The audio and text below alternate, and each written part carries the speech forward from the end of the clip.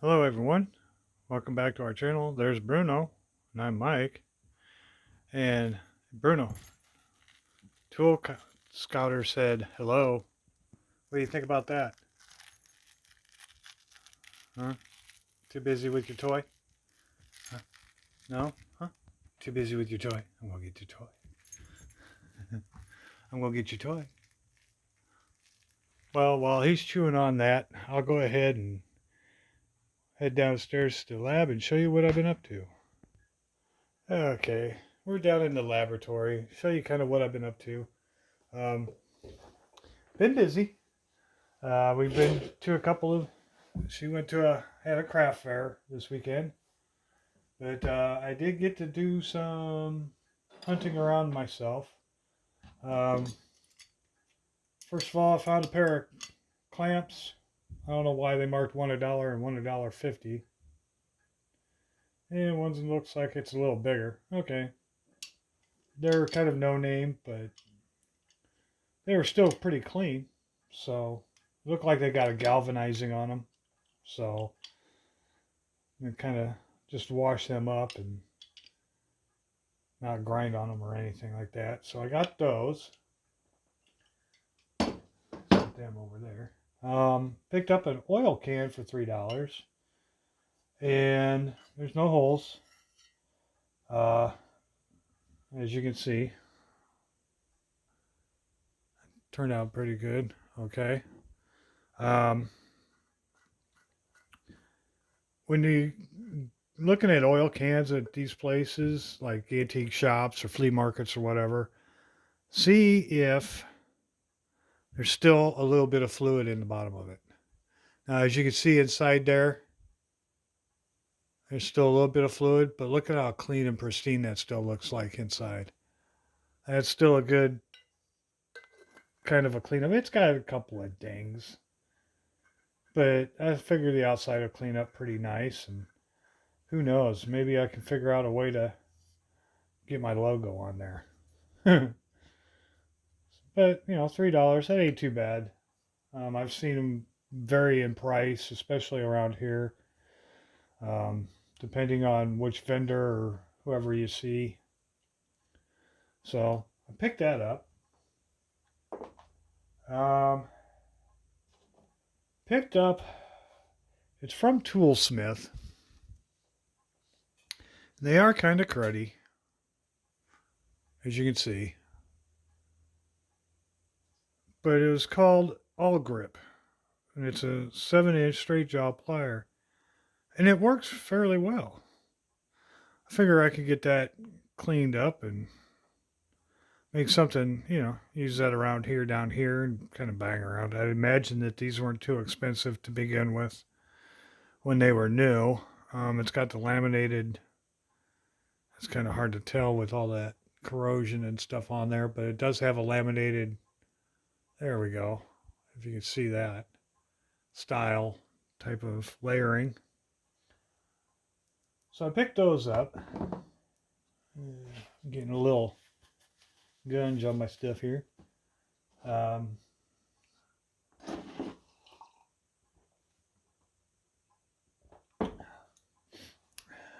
a pair of, and it's kind of hard to see, but they are Kreuters, number 55s, dash 6-inch. But it has the screwdriver tip on the end of it. And while there is some corrosion and stuff on there, there is no pitting, it looks like. But famous last words. And I'll show you what I mean by pitting. Famous last words here on what I'm working on because I'm kind of run into an impasse. So those would probably clean up. Be a nice little addition for down here. Um, at the wife's crafts fair, there was a gentleman there, and I believe it. Um, he's what I would consider local, but it'd be about maybe a 45-minute drive away from us. And he runs a fabrication shop Um, and what he had was some metal signs that he, you know, probably laser cut or plasma cut out or whatever. I don't know. But let's see if I can get that all in there. Dad's garage. And it is metal, but there's some sort of like coating on there that makes it feel like plastic. It's not a powder coat. Looks like it's actually sprayed, but it is done on both sides. And I thought that was kind of neat. So I picked that up. I kind of like stuff like this. Then, and this is what I thought was really kind of cool. His son was there also. And this is what got me is, and this is really kind of neat. He takes old spark plugs, some scrap metal, and some nuts, bolts, what have you. Takes an old spark plug and makes little dragsters out of it. He had airplanes. Now this young man, his name was John, and I think his dad either runs the fab shop that did the sign or what have you. So he has access to this. I thought was a really neat deal because he's probably maybe 10 to 12 years old, and he's, you know, creating these pieces here and little knick-knack artwork things and doing the welding himself, as you can kind of tell. But, you know, you start him young, but it's continuing on with getting, you know, the younger generation into the tools, restoration, fab work, restorations, you know, teaching the children skills.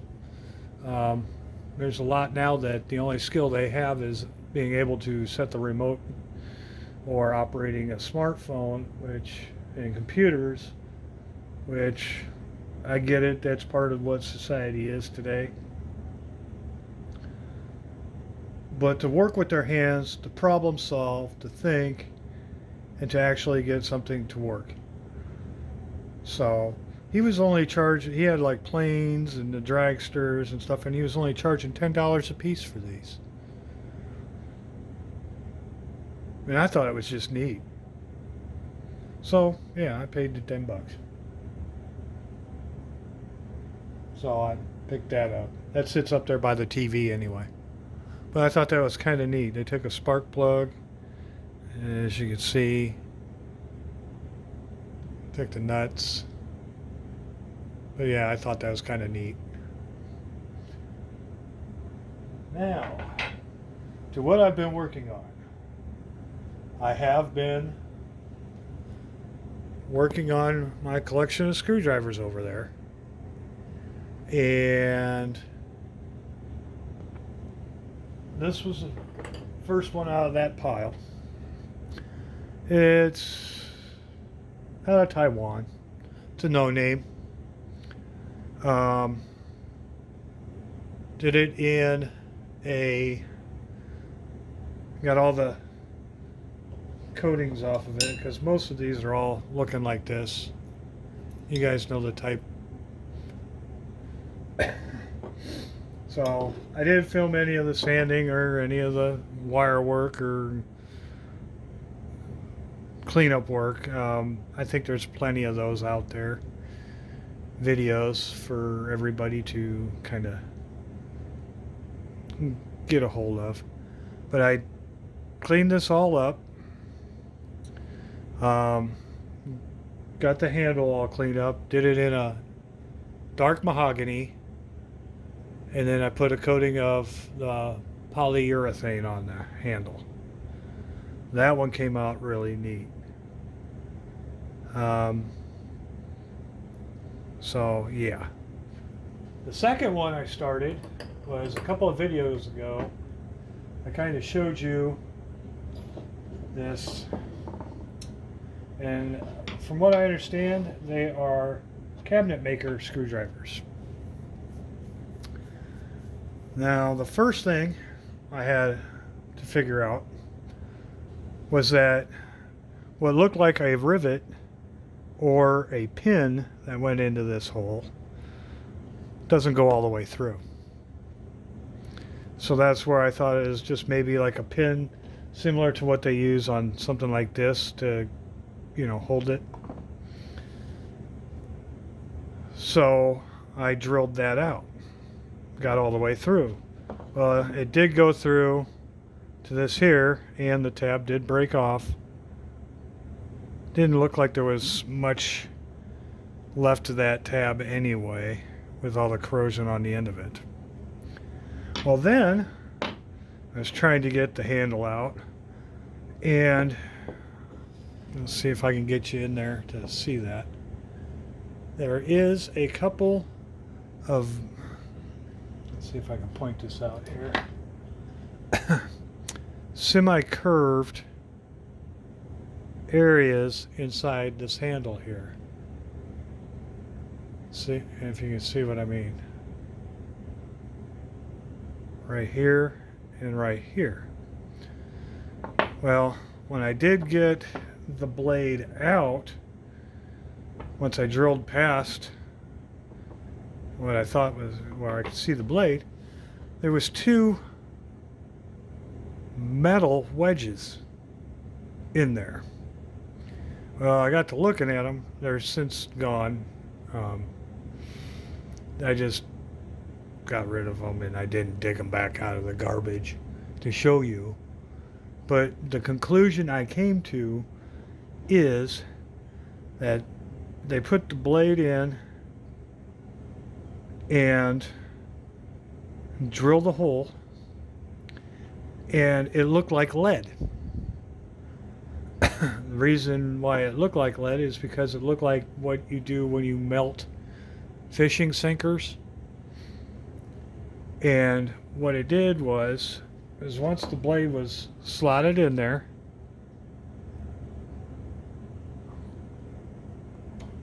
like so, you can see where the curve still is inside there. They poured the lead in, and it filled in the cavity, and that's what they used to wedge the screwdriver into the handle.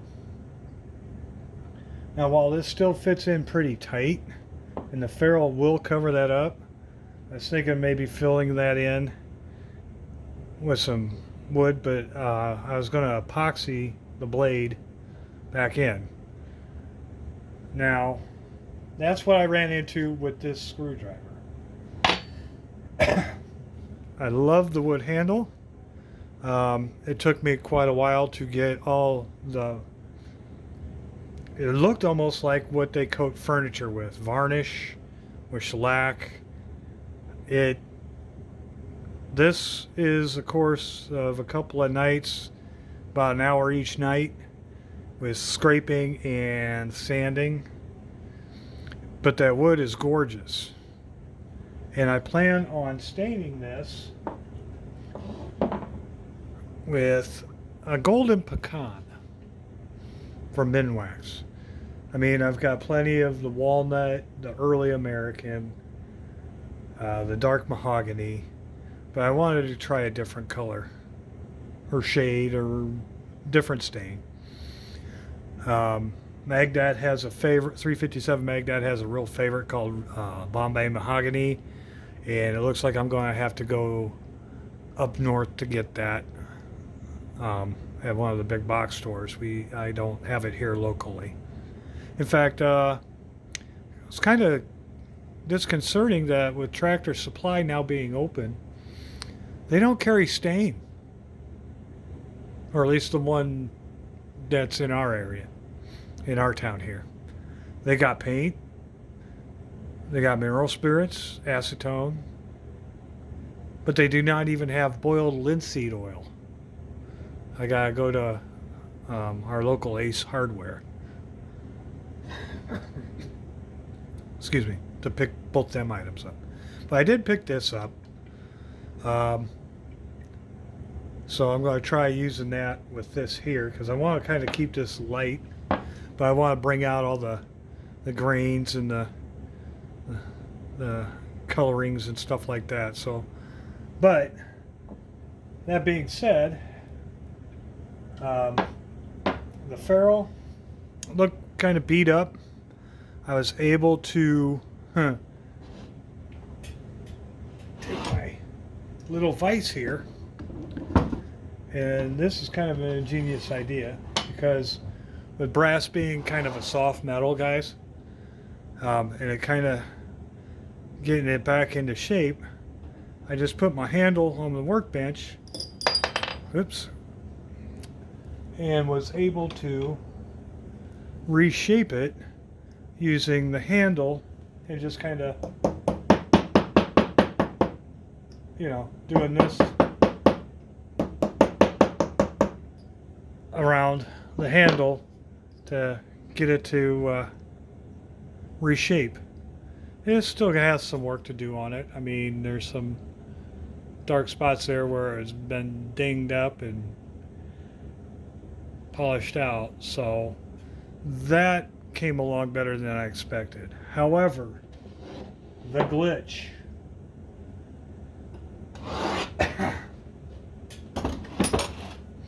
is with this blade. Now, as you see, there's still some pitting on it. I've been working on this, trying to get underneath. It looks like I might be able to. However, I discovered that right there where my thumbnail is, and it probably won't even show up on camera, there is a crack from here to here, and it runs along here. So I don't know if somebody had it onto something. I don't know if they'll show up on there or not. Yeah, there we go. So from where the bottom of my thumbnail is, see if I can get the light to pop it off, to about right here, there's a slight crack in it. Now, once I get underneath all this pitting, hopefully, it looks like somebody had it and then had like maybe a vice grip or a crescent wrench and was trying to wrench on it and turn it this way, because it looks like it's not on the other side, so it doesn't go through, but I don't know how far down that goes, and it goes vertically up and down. I can see it in this light, but yeah, it's so I'm going to keep grinding down on this to see if actually it looks like it goes clear up to here. I don't know if I'll be able to get underneath that to fresher metal or not. Hopefully I can. Otherwise, I think I'm going to be looking for another style blade like this. Keep the handle and the ferrule, because a lot of the ones that I've seen like this, the handle's been all broke. But time will tell. So I ain't calling it a failure yet, but it does kind of present another problem with trying to get this one back up to looking really good again. But that's what I've been up to. Still been busy.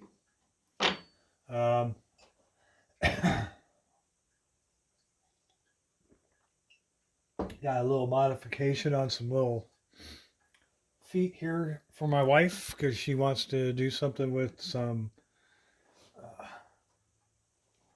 style things here. She's going to make a little stand out of something, and I got to figure out how we're going to attach those items to it. So I just wanted to kind of keep you guys up to date and where we're at with some of my tool restorations.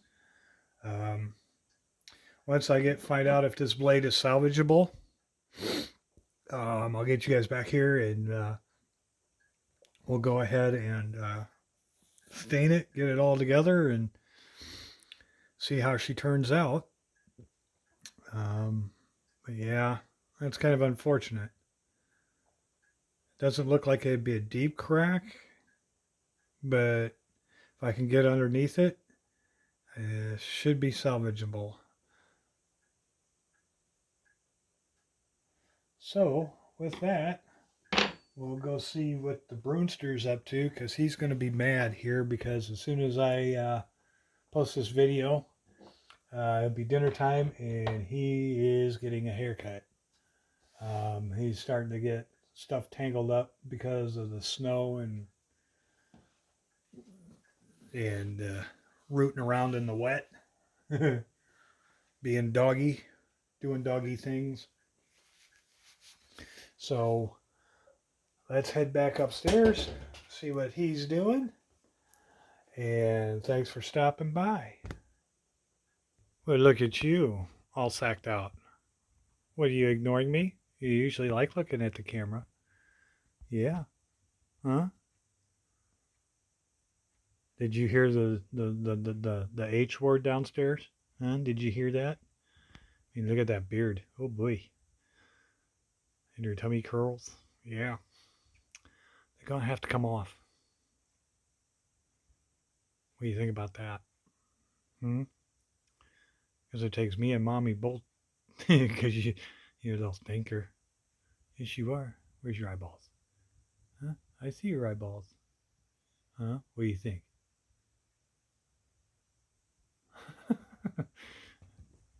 Okay. Alrighty. Well, thanks a lot, guys. Thanks for stopping by. And as always, keep on tinkering.